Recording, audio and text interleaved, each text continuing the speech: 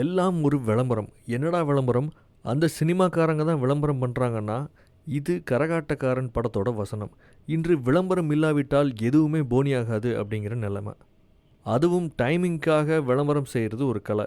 அதை சரியாக பயன்படுத்துவோர் சக்ஸஸ் ஆகுறாங்க. அப்படி ஒரு விளம்பரம் இன்னைக்கு நமது கண்ணில் அடிபட்டது. அட்டி அப்படிங்கிற படத்தோட விளம்பரம் தான் அது. மொட்டை ராஜேந்திரன் ஒய்யாரமாக அமர்ந்திருக்கும் அந்த பட விளம்பரத்தின் வாசகம் தான் நம்ம ரசிக்க வச்சது.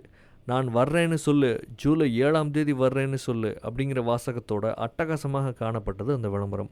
கபாலி படத்தோட பிரபல வசனத்தையே தன்னோட விளம்பர வாசகமாக வச்சுக்கிட்டது அட்டி படக்குழு. கூடவே மொட்டை ராஜேந்திரனோட கெட்டப் வேறு அட்டகாசம். மொத்தத்தில் இந்த விளம்பரம் அட்டிக்கு நல்ல பிரபலத்தை கொடுத்து விட்டது அப்படிங்கிறதுல ஐயமில்லை. இதில் என்ன காமெடின்னா, இந்த படத்தோட நாயகன் மொட்டை ராஜேந்திரன் கிடையாது, மாகாபா தான். ஆனால் படத்தில் யார் கலக்கியிருப்பார் அப்படிங்கிறத இந்த பட விளம்பரத்தை வச்சே புரிஞ்சுக்க முடியுது.